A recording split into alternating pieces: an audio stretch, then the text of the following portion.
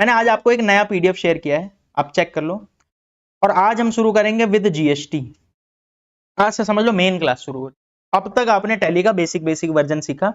अब हम जो शुरू करेंगे वो सबसे मेन चीज शुरू करेंगे, टैली विद जीएसटी। यहां पे थोड़ा सा आपको ध्यान देना है। आप बोलोगे टैली विद जीएसटी में क्या फर्क आ जाएगा? क्या जैसे पहले बनाते थे वैसा ही नहीं बनेगा? जैसे कंपनी पहले बनाते थे वैसे ही तो बनाएंगे, वैसे ही बनाओगे जैसे कंपनी आप पहले बनाते थे। लेकिन क्योंकि अब जीएसटी आ गया है तो उस कंपनी के पास जीएसटी नंबर होगा। भाई मान लेते हैं मेरा दोस्त आया और आके बोल रहा है कि भाई ये रही मेरी कंपनी का काम आज से तुम्हें करना है। मैंने कहा ठीक है भाई, तुम्हारी कंपनी का काम आज से मैं कर दूंगा, लेकिन तुम्हारे पास जीएसटी नंबर है क्या? उसने बोला हाँ मेरे पास जीएसटी नंबर। उसने मेरे को कुछ डिटेल दी, ध्यान से देखो प्लीज, अब आसान चीजें मैं समझाने वाला हूं। उसने अपनी कंपनी की डिटेल दी, आरडी एंटरप्राइजेज नाम है, मेरा जीएसटी नंबर ये रहा, मेरा एड्रेस कह रहा है सर्च कर लेना, मेरे को खुद ही नहीं पता क्या एड्रेस, ठीक है। उसके बाद बोल रहा है email ID, mobile number, business 1 अप्रैल 2024 से स्टार्ट हुआ, आप करो, ठीक है। सबसे पहले आप बोलोगे बड़ा आसान है।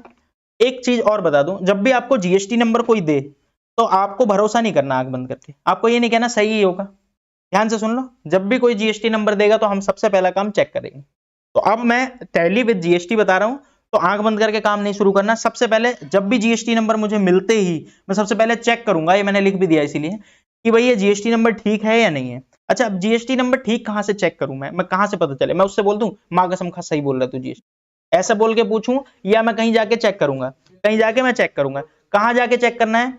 और कह रहा है जीएसटी पोर्टल पे, तो हमें कहां से जाके चेक करना है?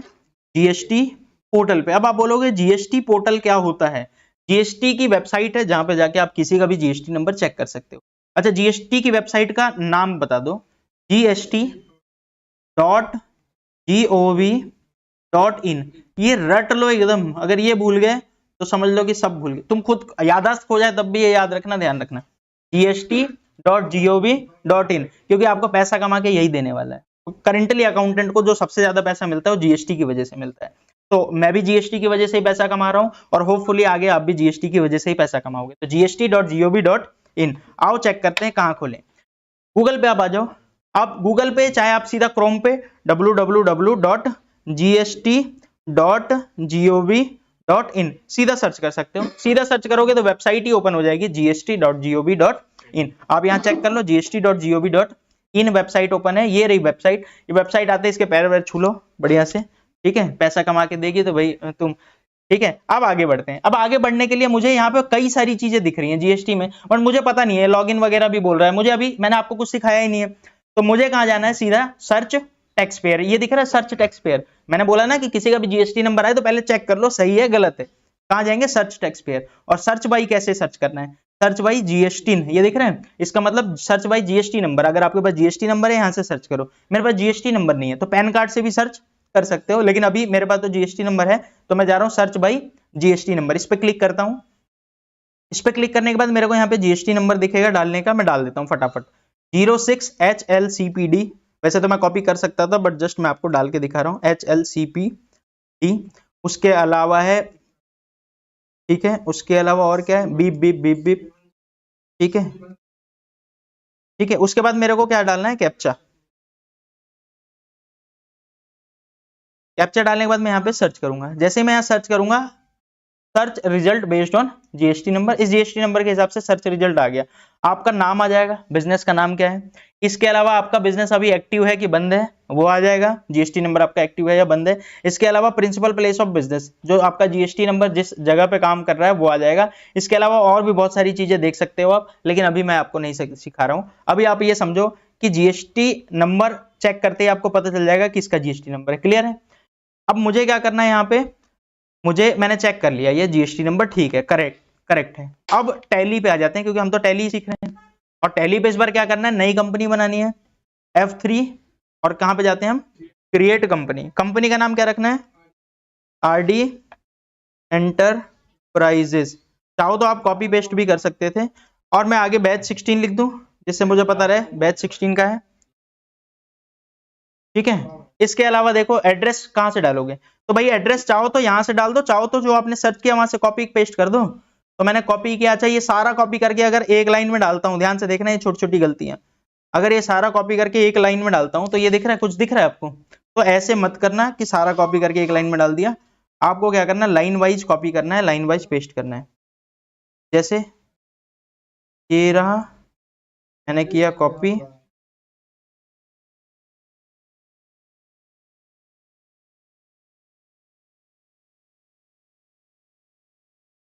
और ये मैंने अगली लाइन में पेस्ट किया था, दिख रहा है।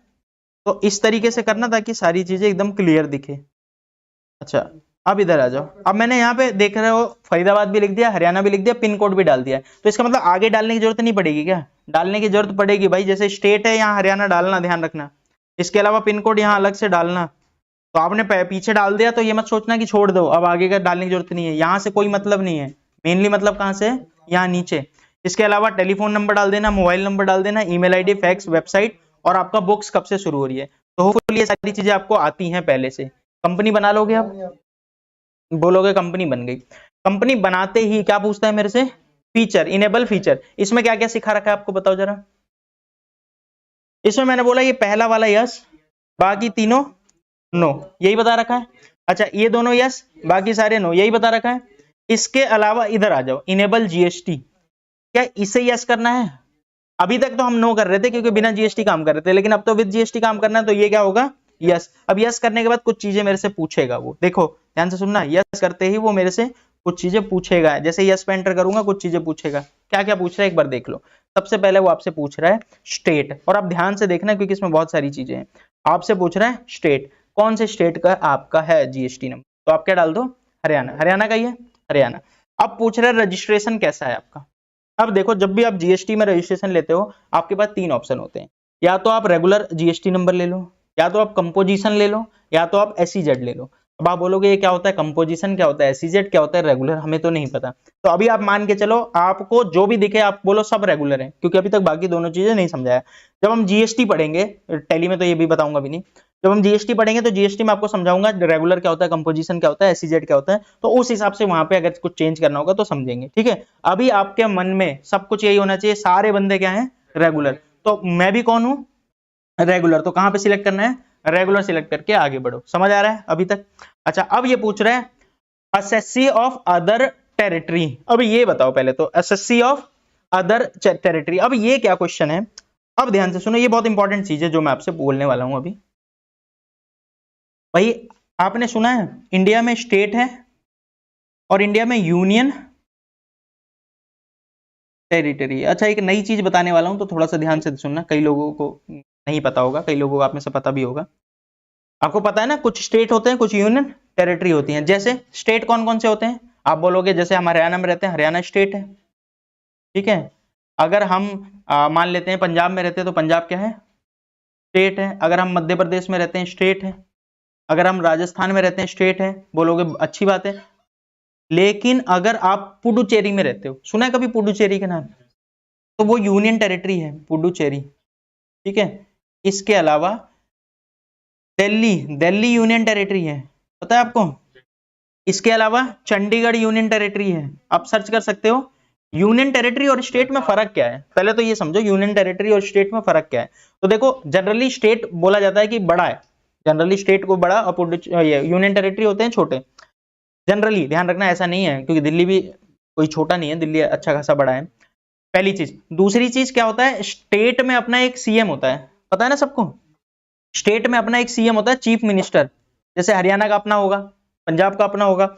लेकिन यूनियन टेरिटरी में सीएम नहीं होते। यूनियन टेरिटरी कौन चलाता है? राज्यपाल चलाता है, अगर आपको पता होगा तो, ठीक है। नहीं पता तो अभी इग्नोर करो ये सारी बातें, आपको इतना पॉलिटिक्स में घुसने की जरूरत नहीं है। सिंपल, स्टेट में क्या होते हैं? सीएम होते हैं। स्टेट एक पूरा राज्य होता है, एक चीफ मिनिस्टर बनाया जाता है, वो उसको स्टेट को संभालता है। लेकिन यूनियन टेरिटरी नॉर्मली कौन संभालता है? सेंट्रल गवर्नमेंट ही संभालती है, उसके अंदर राज्यपाल काम करता है, ठीक है। अब ध्यान से सुनना बात को। अब आपके मन में आ रही होगी यार, लेकिन मैंने तो सुना है दिल्ली का भी सीएम है, पहले केजरीवाल था, अभी चेंज हो गया है, कौन है अभी? ठीक है, जो भी है, मेरे को नाम नहीं पता। तो दिल्ली के तो हैं, तो दिल्ली को ना स्टेट का दर्जा मिला पड़ा है, पहले तो ये समझो। दिल्ली है यूनियन टेरिटरी, दिल्ली है यूनियन टेरिटरी, लेकिन दिल्ली को ना स्टेट का दर्जा मिला पड़ा है। तो इसीलिए स्टेट किस तरीके से स्टेट की तरह काम करता है, तो उसका अपना सीएम भी है, बहुत सारी चीजें वो स्टेट की तरह करता है। अब आप बोलोगे ये बता क्यों रहे हो हमें? बता इसलिए रहा हूं क्योंकि मैंने आपको बताया, अगर मान लेते हैं मैं हरियाणा में रहता हूं और मैंने हरियाणा में ही सेल की। ध्यान से सुनना बात को, आप गूगल पे वैसे सर्च कर सकते हो लिस्ट ऑफ यूनियन टेरिटरी, तो आपको जितनी यूनियन टेरिटरी इंडिया में है आपको सबकी लिस्ट आ जाएगी, जैसे लद्दाख यूनियन टेरिटरी, ठीक है। हाँ जी 8 बता रहे हो, आप जितने भी हैं आप सर्च कर लेना, मैं एसएसटी थोड़ा ना पढ़ा रहा हूँ मुझे अकाउंट्स पढ़ानी है, आगे बढ़ते हैं, ठीक है। तो देखो हरियाणा से हरियाणा में सेल करते हो तो बताओ क्या टैक्स कौन सा देना होता है, आप बोलोगे सीजीएसटी और एसजीएसटी। अच्छा सीजीएसटी का क्या मतलब है, सेंट्रल गवर्नमेंट, और एसजीएसटी का क्या मतलब है, स्टेट गवर्नमेंट को टैक्स जाएगा स्टेट जीएसटी, और एससीजीएसटी का मतलब सेंट्रल जीएसटी, यानी इसका पैसा एक तो सेंट्रल गवर्नमेंट को जाएगा और एक स्टेट गवर्नमेंट को जाएगा।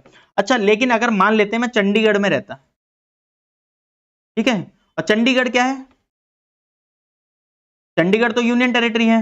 अच्छा तो चंडीगढ़ से चंडीगढ़ में ही सेल किया हूं, चंडीगढ़ में ही रहता हूं, चंडीगढ़ में ही सेल किया, चंडीगढ़ में ही मेरे पास जीएसटी नंबर है, तो जो मेरा जो सेम स्टेट में बेचते हैं तो लोकल सप्लाई, और लोकल सप्लाई होती है तो आपको क्या पता है अभी तक, सीजीएसटी और एसजीएसटी लगता है।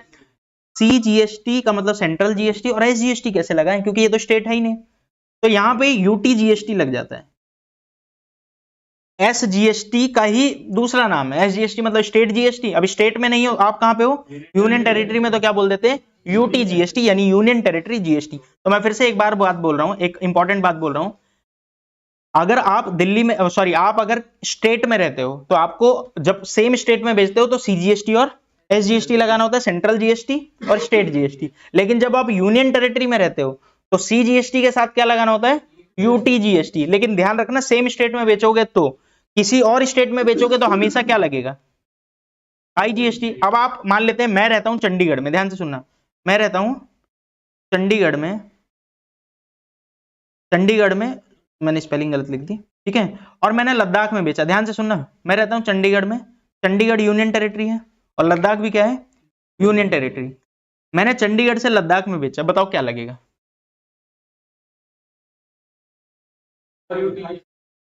अगर कोई बोल रहा है सीजीएसटी यूटीजीएसटी तो सोचो कितना गलत बोल रहे हो।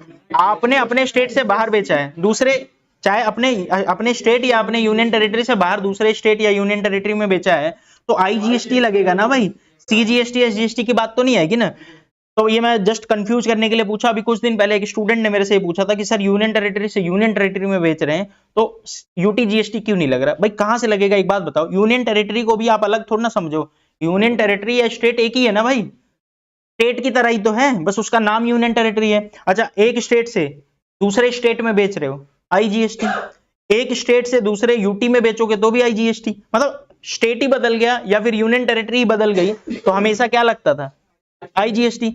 जब सेम स्टेट में बेचोगे तो क्या लगेगा, सीजीएसटी और एसजीएसटी, और सेम यूनियन टेरिटरी में बेचोगे, मान लेते हैं आप भी लद्दाख में रहते हो, लद्दाख में ही बेच दिया तो क्या लगेगा, सीजीएसटी और यूटीजीएसटी। समझ आ गया भाई, पॉइंट क्लियर हुआ, पहले तो ये बताओ यूटीजीएसटी क्या होता है, जिसने शुरू की क्लासेस देखी होगी उसको समझ आ रहा होगा मैं क्या बोल रहा हूँ, सीजीएसटी एसजीएसटी आईजीएसटी।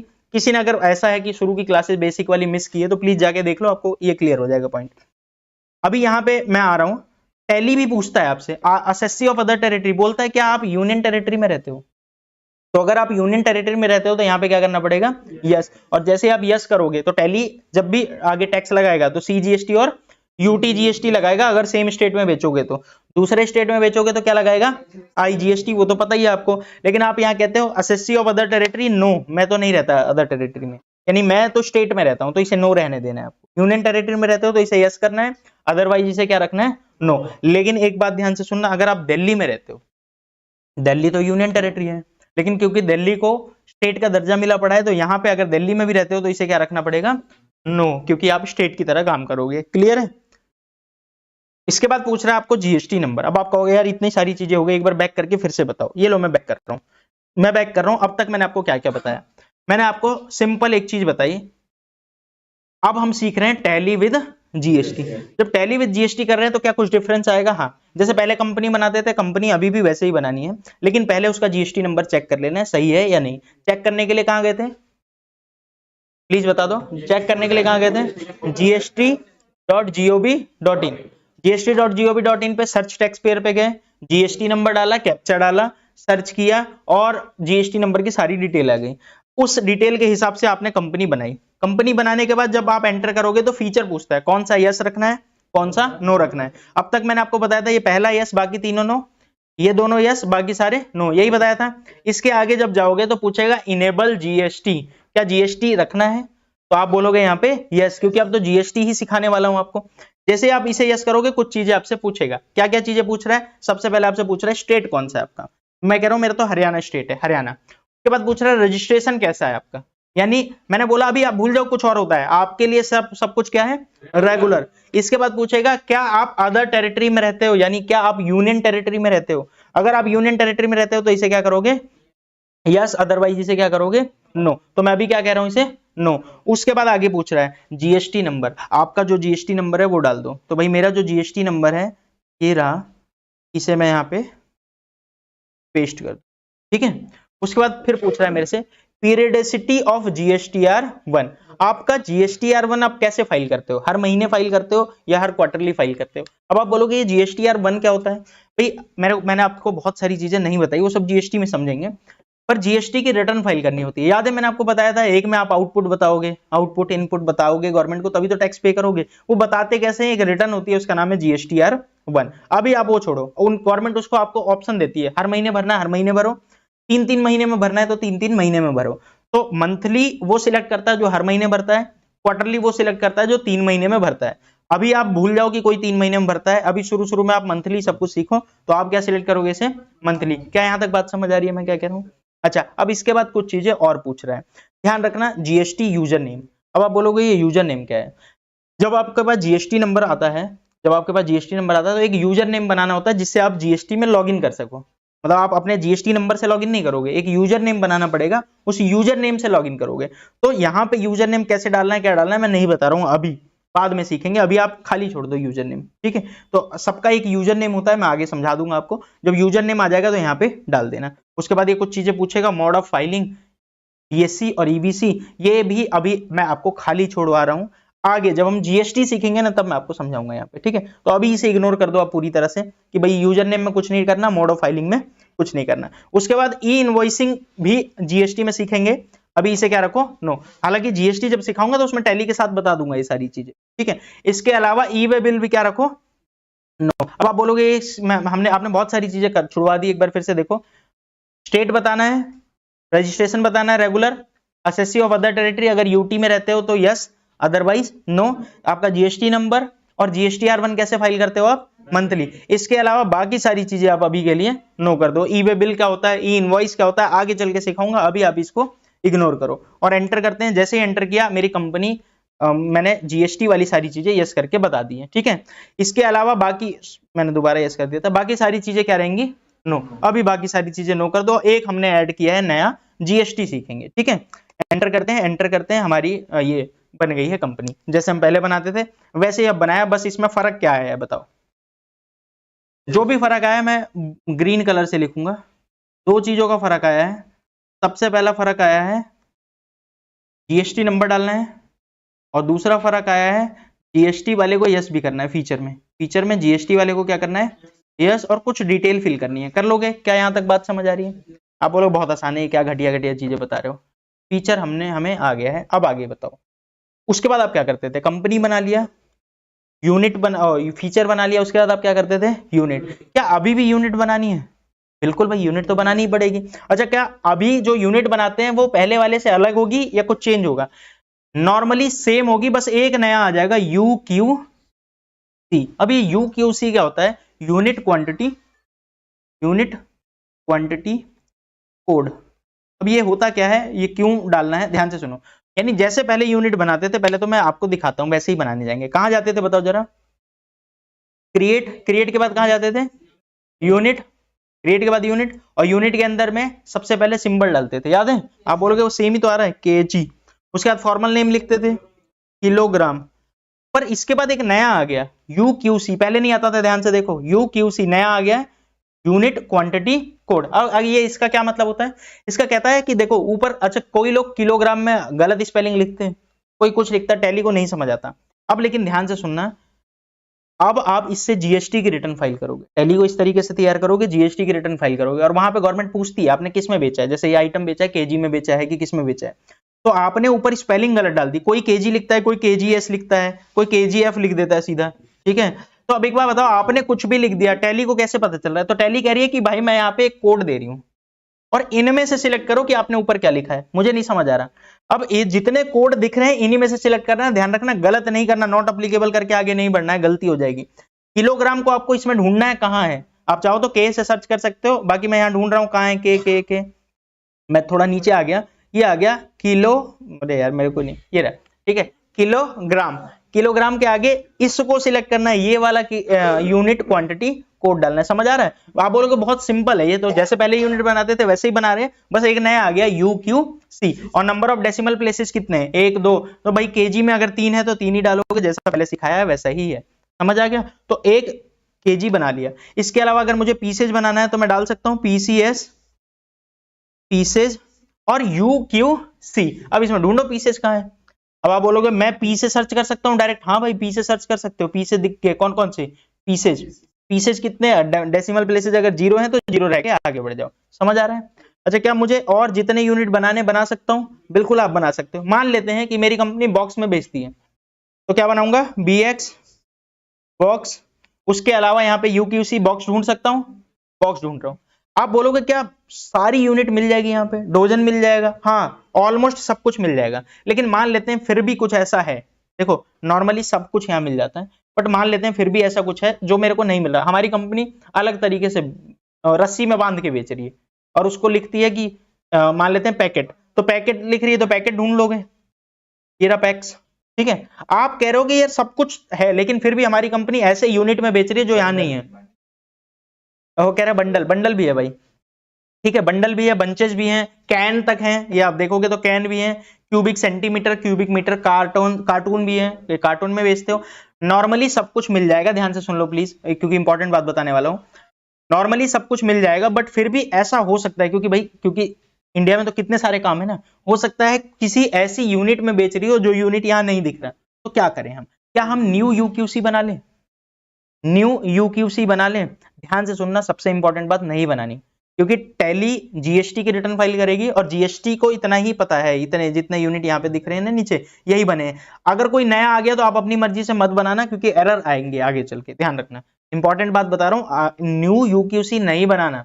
यूनिट नहीं थी तो बना लेते थे, तो अगर UQC नहीं मिल रहा तो नहीं बनाना है, तो फिर हम कौन सा डालें? तो आपको अदर्स डाल देना है। कौन सा? अदर्स।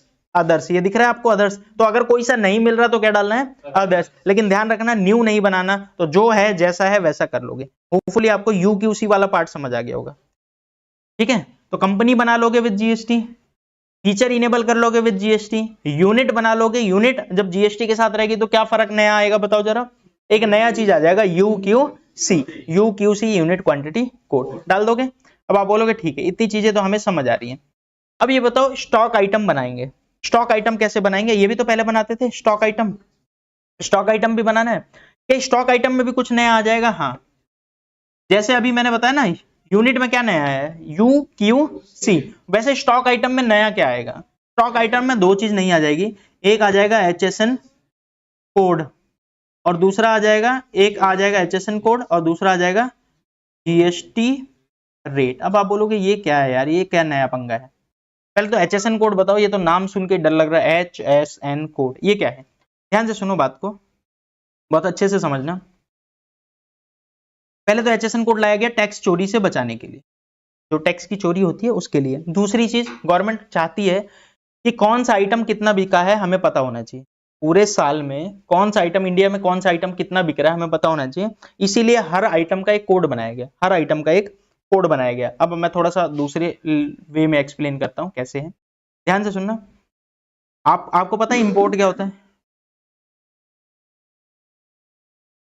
इंपोर्ट क्या होता है पता है किसी? ये हमारा इंडिया है मान लेते हैं, अच्छा नक्शा नहीं बना पर मान लेते हैं ये इंडिया है, और इंडिया के बाहर से अगर आप कुछ खरीदते हो तो उसे क्या बोलते हैं? इंपोर्ट। और इंडिया के बाहर अगर कुछ बेचते हो, अगर कुछ आप सेल करते हो तो इसे क्या बोलते हो आप? एक्सपोर्ट। अच्छा, अब ध्यान से सुनना बात को, आपने सुना इंडिया के बाहर सोना सस्ता है, गोल्ड सस्ता है, आईफोन सस्ते हैं, आईफोन सस्ते हैं, सुना है आपने? अगर दुबई से, ज्यादातर लोगों के मुंह से आप सुनते होगे कि दुबई से आईफोन लेकर आया, क्योंकि दुबई में आईफोन सस्ता है, और दुबई में गोल्ड भी हो सकता है सस्ता हो, मुझे नहीं पता, मैं जस्ट एक एग्जांपल लेने वाला हूं, ध्यान से सुनो। मान लेते हैं साउथ अफ्रीका में जो शूज है नाइकी का, जस्ट सपोज करते हैं नाइकी का शूज साउथ अफ्रीका में सस्ता है, मान लेते हैं जितने शूज नाइकी में 10 लाख रुपए के मिल जाएंगे, 10 करोड़ के लेते हैं, ज्यादा सस्ता है 10 करोड़ के, इंडिया में कम से कम 15 करोड़ के मिलेंगे, मान लेते हैं इंडिया में वो नाइकी का शूज 15 करोड़ का आ रहा है, जो नाइकी का शूज साउथ अफ्रीका में 10 करोड़ का मिल जाएगा। तो मेरे लिए बड़ा आसान नहीं है, साउथ अफ्रीका से नाइकी का शूज खरीदो और इंडिया में लाके बेच दो, बहुत आसान है ना। बट गवर्नमेंट क्या कहती है, जब भी आप कुछ इंडिया के बाहर से खरीदते हो तो इंडिया को दिक्कत होती है, मतलब सबको ही, सारी कंट्री को दिक्कत होती है, क्योंकि पेमेंट आपको करनी पड़ती है डॉलर में, पता है ना ये बात। हम इंडिया के बाहर से कुछ भी लेकर आते हैं तो हमें डॉलर में पेमेंट करनी होती है, जिसकी वजह से हमारे डॉलर्स के रेट बढ़ते जा रहे हैं, इंडियन करेंसी गिरती जा रही है। तो गवर्नमेंट क्या चाहती है, इंपोर्ट कम से कम करो, एक्सपोर्ट ज्यादा ज्यादा करो, इंडिया के बाहर जितना ज्यादा बेचो, इंडिया के अंदर बाहर से लेकर मत आओ। अगर फिर भी आपको कुछ चाहिए तो हम उस पर ना कुछ टैक्स लगाएंगे, अगर बाहर से आप इंडिया में लेकर आते हो तो आपको कुछ टैक्स देना पड़ेगा, जिसे आप बोलते हो इंपोर्ट ड्यूटी। सुना होगा इंपोर्ट ड्यूटी, अगर नहीं सुना तो कस्टम ड्यूटी तो पक्का सुना होगा, दोनों उसी का नाम है, कस्टम ड्यूटी। तो अगर आप इंडिया के बाहर से कोई सामान लेकर आते हो तो आपको कुछ एक्स्ट्रा टैक्स देना पड़ेगा, और वो एक्स्ट्रा टैक्स लगभग इतना होगा जिससे रेट उसका ऑलमोस्ट यही आ जाए। जैसे सूद से अगर 10 करोड़ का मान लेते हैं आप लेकर आ रहे हो सामान, तो गवर्नमेंट क्या करती है, पहले तो आप देखो विदेश से लेकर कैसे आओगे आप सामान, बताओ।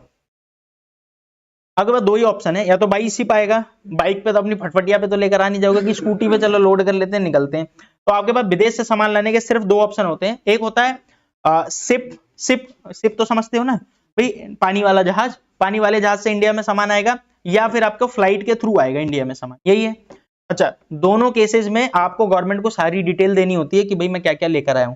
अच्छा, आपने सुना डॉन वगैरह, डॉन मुंबई का राजा कौन, ओके रोहित शर्मा नहीं आया याद, मुंबई चा राजा रोहित शर्मा, ठीक है। पहले मुंबई के डॉन होते थे, पहले मुंबई के डॉन होते थे, वो क्या करते थे पता है, स्मगलिंग, सुना है आपने वो वाली मूवी देखी है, क्या नाम है, जिसमें once upon a time in Mumbai, कौन रहता है गुंडा, मतलब डॉन, पहले अजय देवगन रहता है, फिर बाद में कौन हो जाता है, इमरान हाशमी, ऐसा ही है।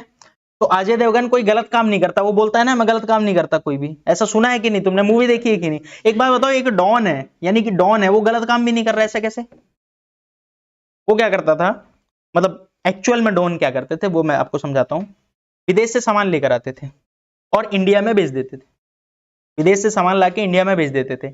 अब वो सामान आप क्या लेकर आ रहे हो, पहली चीज, हो सकता है वो चीज इलीगल हो, इलीगल क्या हो सकता है, मतलब जो अलाउड ही नहीं है, जैसे कि ड्रग्स ले आए, विदेश से ड्रग्स लाए और इंडिया में ड्रग्स बेचा, क्योंकि इंडिया में ड्रग्स अलाउड नहीं है, तो विदेश में मिल जाएगा आपको, किसी भी कंट्री में, ऐसी कंट्री में चोरी से मिल जाएगा, वहां से आप लेकर आओ, और आप फ्लाइट के थ्रू लाओगे, शिप के थ्रू लाओगे, वो कह रहा है शिप के थ्रू, भाई एक्चुअल में तो वहां पे भी पुलिस होती है, चेकिंग होती है, तो आप कोशिश करोगे ऐसी जगह पे हमारा माल उतरे जहां पे कोई पुलिस ही ना हो, कोई शिप पे या तो चोरी से लेकर आओगे। ज्यादातर वो क्या करते थे, प्राइवेट किसी तरीके से शिप से ले आते थे, आप पोर्ट तो सुना ना आपने, बंदरगाह, बंदरगाह पे ना आके कहीं और लेकर आ जाते थे सामान, जो चोरी का माल होता था, एक्चुअल में चोरी का नहीं होता था, वो विदेश से खरीद के लाते थे ड्रग्स वगैरह और इंडिया में बेच देते थे ड्रग्स, और फिर अच्छा खासा पैसा कमाते थे, जो अलाउड नहीं था। लेकिन कुछ चीजें ऐसे अलाउड भी होती हैं, जैसे मैं अगर बोलूं गोल्ड की बात, तो मान लेते हैं वही गोल्ड दुबई में 5 करोड़ का मिल रहा है और इंडिया में वही गोल्ड 10 करोड़ का है, मान लेते हैं, तो वो क्या करते थे, दुबई से खरीद के लाए और इंडियन गवर्नमेंट को पता नहीं लगने दी और इंडिया में घुस गए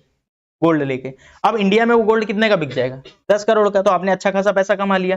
तो लोग ये करते थे। और आप बोलोगे फिर ये क्या कस्टम ड्यूटी इंपोर्ट ड्यूटी क्या बता रहे थे, कस्टम ड्यूटी इंपोर्ट ड्यूटी ऐसी होती थी कि जब आप विदेश से कोई सामान लेकर आओगे, लेट सपोज मैं 5 करोड़ रुपए विदेश से लेकर आ रहा हूं, 5 करोड़ का गोल्ड, तो मेरे को यहां रोक लिया जाएगा और बोला जाएगा भाई आपके पास क्या है, मैंने बोला मेरे पास 5 करोड़ का गोल्ड है, तो वो कहेंगे आपको टैक्स पे करना पड़ेगा।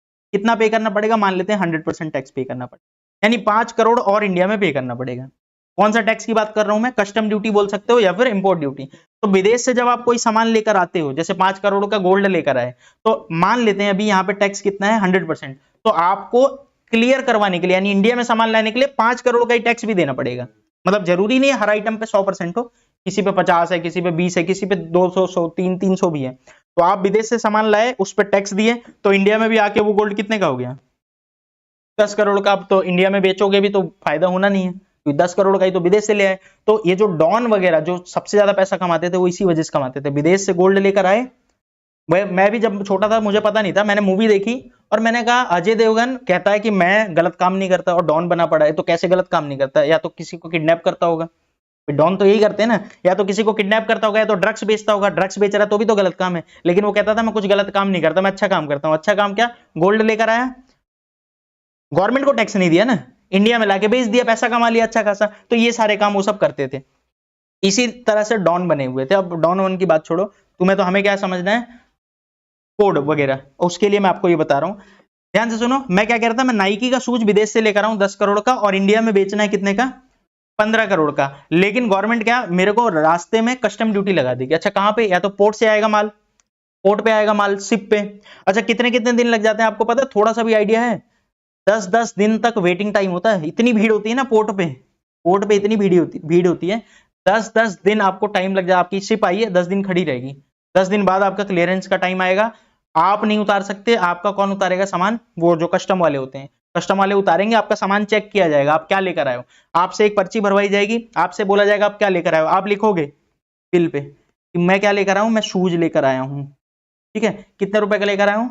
10 करोड़ का। तो 10 करोड़ का शूज लेकर आया हो तो वो चेक किया जाएगा, शूज पे कस्टम ड्यूटी का रेट क्या चल रहा है, इंपोर्ट ड्यूटी का रेट क्या चल रहा है। मान लेते हैं रेट चल रहा है 50%, तो आपसे बोला जाएगा कि भाई 10 करोड़ का माल लेकर आए हो, 50% रेट है, तो 5 करोड़ रुपए जमा करा दो। 5 करोड़ रुपए जब जमा कराओगे तो इंडिया में आपका माल जाएगा। तो 5 करोड़ उसे जमा करा के क्लियर कराओ, यानी टैक्स पे करो, तो इंडिया में गया तो फिर से कितने का ही हो गया वो?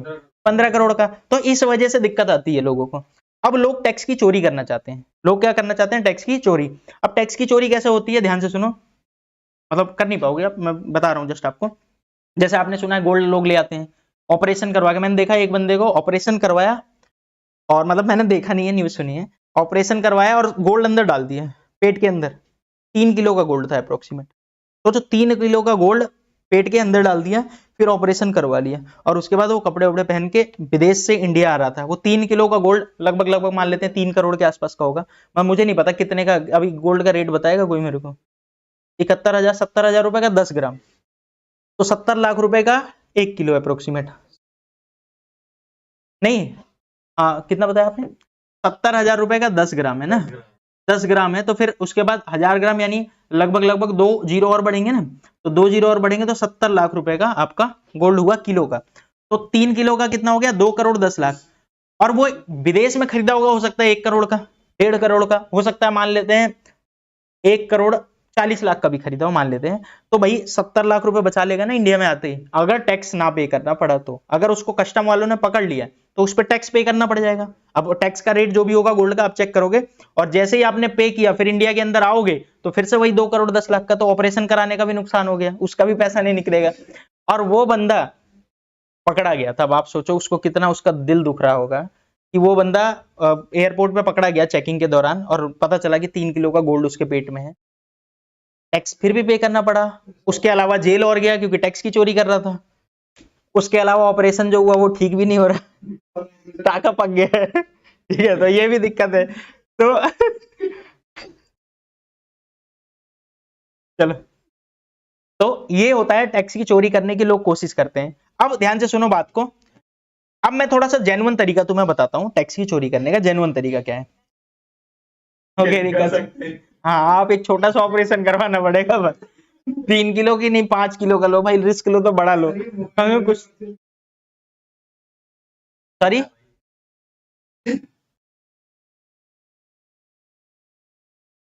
कई चीजों पे नहीं लगता, ऐसा नहीं है हर चीज पे लगेगा। अब मूवी में कुछ चीजें कस्टमाइज भी कर दी जाती हैं, अपने हिसाब से चेंज कर देते हैं। अब जैसे तुमने उरी मूवी देखी थी, उरी मूवी देखा था किसी ने? Uri movie, URI, Uri movie देखा है ना आपने?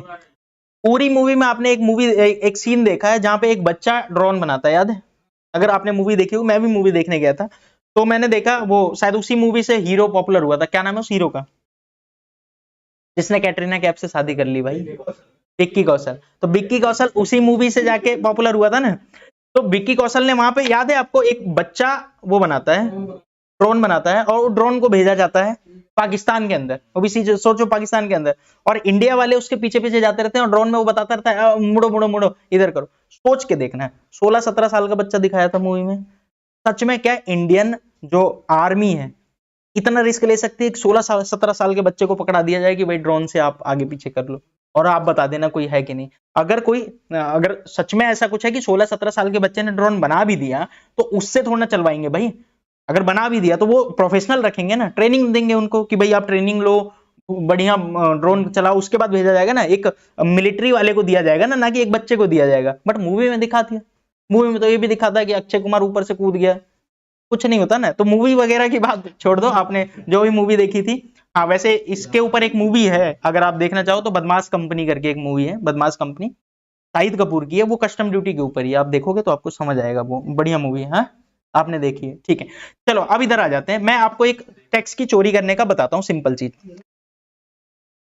आप कह रहे हो मोबाइल लेकर आते हैं, मोबाइल एक एक मोबाइल लेकर आते हैं कम क्वांटिटी का, जैसे गोल्ड भी आप लेकर आओगे तो एक लिमिट तक अलाउड है कि इतना ले आ सकते हो, जैसे डिपेंड करता है, आप आदमी हो तो 100 ग्राम, औरत हो तो 150 ग्राम, मैं एग्जैक्ट नहीं बता रहा भाई, एग्जैक्ट आपको सर्च करना पड़ेगा कितना अलाउड है, तो आप इतना ला सकते हो, अलाउड है, कोई इशू नहीं है। तो अब मान लेते हैं मैं गया वहां पे, विदेश गया, अब मेरे को मान लेते हैं मेरे साथ कोई गया है, अब उसको झुमका पसंद आ गया विदेश में, लोहे सोने का, तो मैं क्या बोलूंगा, अब नहीं ले जा सकते भाई, रास्ते में पुलिस पकड़ लेगी। अरे भाई छोटी मोटी चीजें, एक जो, हाँ कह रही है पहन के तो आ सकते, तो फिर मैं तो 3 किलो का माला बनवा लूं। आप कह रहे हो हाँ 15 ग्राम, वेरी गुड, उन्होंने सही बोला, आप सर्च करो, इतन इतना कुछ अलाउड होता है कि इतने ग्राम से ज्यादा नहीं ला सकते। अब आप कह रहे हो कि 3, मैं तो 10 किलो का माला बनवा के ले आऊं फिर गोल्ड का, ठीक है। चलो अब फालतू की बातें छोड़ो, अब मैं थोड़ा सा टैक्स चोरी का बताता हूं आपको। हाँ तो किराया भी तो लगेगा भाई किराया भी लगेगा, फिर बात वही आ जाएगी। चलो अब इधर आ जाओ फटाफट, आ जाओ फटाफट, इधर आ जाते हैं। मैं शूज लेकर आ रहा हूं विदेश से, ध्यान से सुनना, मैं शूज लेकर आ रहा हूं विदेश से, और मैं बड़ा सोच रहा हूं कि यार शूज पे ना 50% टैक्स है, यानी 5 करोड़ का टैक्स देना पड़ेगा इंडिया में आते ही, और इंडिया में बिकेगा ही 15 करोड़ के आसपास, तो मेरा कुछ बचेगा नहीं। मैं बड़ा सोच रहा था, फिर मैंने कहा दिमाग लगाता हूं, जो बिल बना रहा था उस टाइम पे, मान लेते हैं मैं जापान से लेकर आ रहा हूं, तो बिल वाले को बोला मैंने, भाई शूज मत लिख, एक काम कर, शूज की जगह टी शर्ट लिख दे, बिल पे क्या लिख दे, टी शर्ट 10 करोड़ की। अब उसने बोला भाई टी शर्ट थोड़ा है, शूज है, मैंने बोला तू लिख तो दे, तेरा क्या मतलब है। उसने लिख दिया भाई ये तो टी शर्ट है, और टी शर्ट पे मान लेते हैं टैक्स जो है 10% है, मान लेते हैं कस्टम ड्यूटी टी शर्ट पे 10% है, मान लेते हैं भाई, लड़ाई झगड़ा मत करने लग जाना कि क्या है ये नहीं है वो है। अब मैं शर्ट लेकर आ रहा हूँ शूज, और कहां पे बैठा हूं बताओ, शिप पे, और शिप पे बैठा हूं, मेरी शिप आ गई, मेरा नंबर आने वाला है, मैं परेशान हूं कि क्या करूं। मैंने वो बिल दिखाया, वो आदमी पूछे, कई मैंने आपको बताया ना पोर्ट पे बहुत भीड़ होती है, कभी कभी 10-10 15-15 दिन की भीड़ होती है, 10 दिन बाद आपका नंबर आने वाला है। अब आपने एक पर्ची भर के दिया, उस पर लिखा हुआ है टी शर्ट लाए हैं 10 करोड़ के, अब वो क्या करेगा, हो सकता है कि वो चेक करे, हो सकता है चेक ना करे, ये भी है, ये भी चांसेस है कि इतनी भीड़ होती है तो कई बार वो चेक नहीं करते हैं, आगे बढ़ो, शक होता है जिस पे उस पे चेक करेंगे, नहीं तो बाकियों का माल उतारो भेजो फटाफट। तो अब टी शर्ट पे मान लेते हैं चेकिंग नहीं हुई, वैसे तो देखो सिमिलर मिलते जुलते आइटम लिखेंगे वो, लेकिन मैं जस्ट आपको एग्जांपल दे रहा हूँ, शूज की जगह टी शर्ट लिख दिया। अब जैसे ही टी शर्ट लिखा 10 करोड़ का, और टी शर्ट पे 10% टैक्स है, मान लेते हैं 10%, तो आपको कितना टैक्स देना पड़ेगा, सिर्फ 1 करोड़, और इंडिया में आपका माल आ गया सिर्फ और सिर्फ कितने में, 11 करोड़ में। लेकिन अगर चेकिंग हो गई, आप कह रहे हो अभी चेकिंग नहीं हुई तो आ गए अंदर आप, मान लेते हैं चेकिंग हो गई, तो चेकिंग हो गई तो आपको 50% टैक्स देना पड़ जाएगा। अच्छा, और ऊपर से आप पे बोला जाएगा कि आप तो चोरी कर रहे थे, आपको बोला जाएगा, आप पे पेनल्टी लगाई जाएगी, तो उस टाइम पे आप पेनल्टी नहीं लगाने दोगे, क्या कह के कि भाई साहब इसको शूज बोलते हैं क्या, मैं तो इसको टी शर्ट ही बोलता हूँ, और तो और जिस दुकान वाले से लिया था उसको भी टी शर्ट बोलता हूँ, भाई मेरे गली गली मोहल्ले में सबके सब इसको टी शर्ट ही बोलते हैं, शूज तो कोई बोलता ही नहीं है। मैं जिससे पूछ रहा हूँ वो टी शर्ट ही बोलता है इसको, दुकानदार को भी बोला टी शर्ट देना तो शूज दिखाया वो, तो इसे हम तो टी शर्ट ही बोलते थे, क्योंकि पूरे वर्ल्ड में अलग अलग लैंग्वेज में अलग अलग चीजों को अलग अलग चीज बोला जाता है ना। अब टी शर्ट और शूज तो बहुत ज्यादा कॉमन नेम है, तो आप सुन रहे हो और आप कह रहे हो कि हाँ, मान लेते हैं मैं कोई ऐसा नाम लूं जो आपने कभी सुना ही ना हो, तब तो आप कंफ्यूज हो सकते हो ना कि ये पता नहीं क्या नाम है। तो ऐसे करके टैक्स की चोरी करने की कोशिश की जाती थी, अगर पकड़े गए तो बोल दिया जाएगा कि भाई मेरे को तो मैं तो इसको टी शर्ट ही बोलता हूँ, और नहीं पकड़े गए तो फिर तो आपने पैसे बचा ही लिए हैं। तो इस तरीके से लोग करते थे। अब गवर्नमेंट को भी लगा, पूरे वर्ल्ड वाइड डिसाइड हुआ कि यार ये लोग ना चोरी करने की कोशिश कर रहे हैं, अब एक काम करते हैं, हर आइटम का कोड बना देते हैं, जितने भी आइटम है सबका एक कोड होगा। अब जब कोड होगा तो फिर क्या फायदा होगा, पहले तो फायदा छोड़ो, सॉरी नुकसान तो कुछ होगा ही नहीं, फायदा देखो। अब आप शूज को टी शर्ट बोलते हो, आप शूज को चप्पल बोलो, आप शूज को कुछ भी बोलो, पर कोड तो वही रहेगा, किसी भी लैंग्वेज में सर्च करो कोड तो वही रहेगा। तो आप ये रूल आ गया कि कोड लिख के भेजोगे आप जो भी आइटम होगा उसका क्या लिख दोगे यहाँ पे, कोड। अब कोड का फुल फॉर्म दिया गया HSN कोड, इतना मुश्किल है ये HSN की फुल फॉर्म कि मैं आपको दिखाता हूं। फुल फॉर्म ऑफ HSN याद रखना है क्या? बिल्कुल याद रखना है। देखो, हार्मोनाइज्ड सिस्टम ऑफ नोमेनक्लेचर, ये है HSN कोड का फुल फॉर्म। कितनी कंट्रियां यूज करती हैं इसको? 200 से ज्यादा कंट्रियां यूज करती हैं। सारी कंट्रियां इस HSN कोड को यूज करती हैं जब भी एक देश से दूसरी देश में सामान जाता है। और इवन GST में गवर्नमेंट ने बोला भाई GST में भी तो इंडिया में भी माल घूम रहा है। कश्मीर से माल निकला, मान लेते हैं कन्याकुमारी जा रहा है, बहुत दूर है। दिल्ली से निकला मुंबई जा रहा है, मुंबई में इसको कुछ और बोला जाता है, दिल्ली में इसे कुछ और बोला जाता है। तो बेटर है कि हर एक चीज का एक क्या रख दिया जाए, कोड रख दिया जाए। अब इससे क्या है, टैक्स की चोरी कम होगी, होने के चांसेस अब तो कम है। अब तो आप पकड़े जाओगे तो बोला जाएगा भाई साहब नाम कुछ भी बोलते हो, कोड तो वही था, कोड तो ठीक लिखता है। कोड भी गलत लिखे तो इसका मतलब आप टैक्स की चोरी करने की कोशिश कर रहे हो, समझ आया? तो कोड डाला जाता है। अब कोड मिलता कैसे है? कोड सर्च करना पड़ता है आपको। जैसे लैपटॉप का आप सर्च कर सकते हो कि लैपटॉप का HSN कोड, वैसे GST पोर्टल पे भी जाके सर्च किया जा सकता है। कैसे करते हैं मैं आगे चल के बताऊंगा। अभी आप समझो हर एक आइटम का कुछ ना कुछ कोड होगा। अब आप बोलोगे एक बात बताओ, आइटम का HSN कोड होगा गुड्स का, लेकिन सर्विस का भी कोड होता है क्या? क्योंकि एक कंट्री से दूसरी कंट्री में सर्विस तो कभी नहीं जाती होगी, गुड्स ही जाते होंगे। तो गुड्स का कोड बना दिया, क्या लिखा? HSN। तो अगर सर्विस का कोड होगा तो सर्विस GST में आया और सर्विस का कोड डाला गया SAC, फुल फॉर्म है SAC, सर्विसेज अकाउंटिंग कोड। तो अगर गुड्स बेचना है तो क्या होगा? HSN, और अगर सर्विस बेचना है तो क्या होगा? SAC।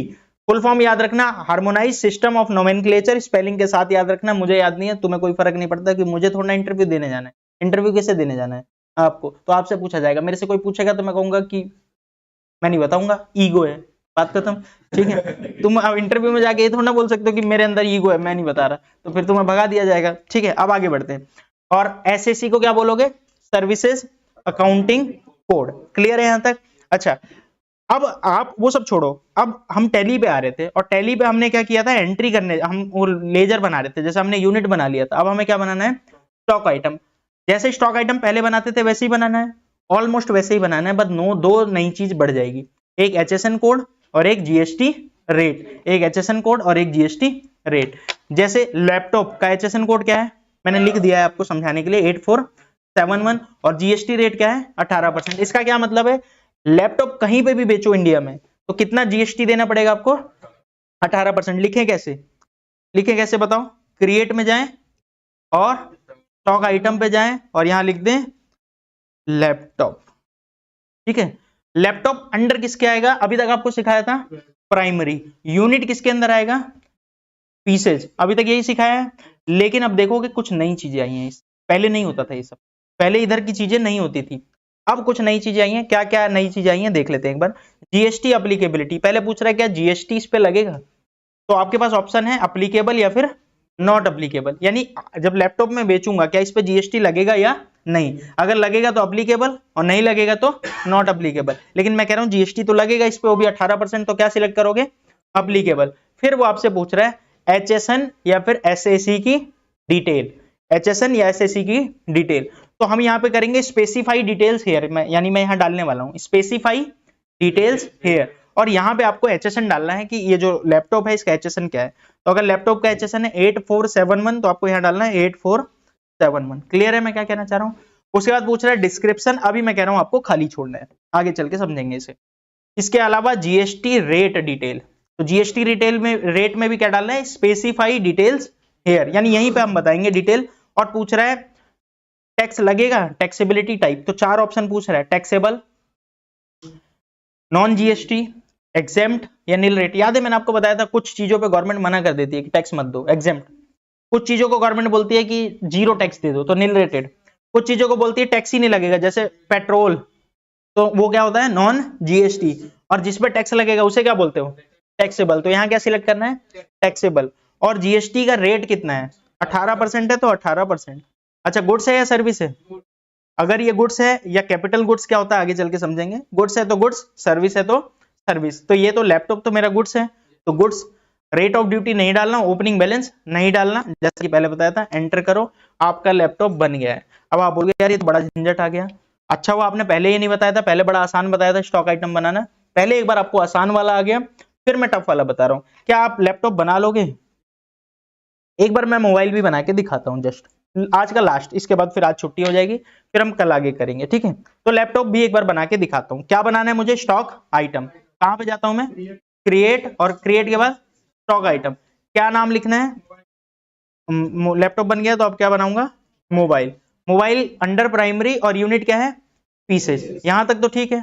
अब यहां सबसे पहले क्या पूछ रहा है? GST applicable. जीएसटी है या नहीं? अप्लीकेबल है, नॉट अप्लीकेबल?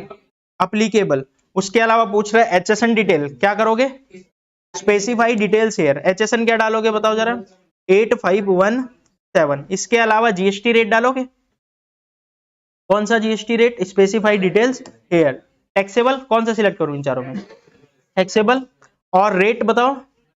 18%। गुड्स है सर्विस है, क्या है?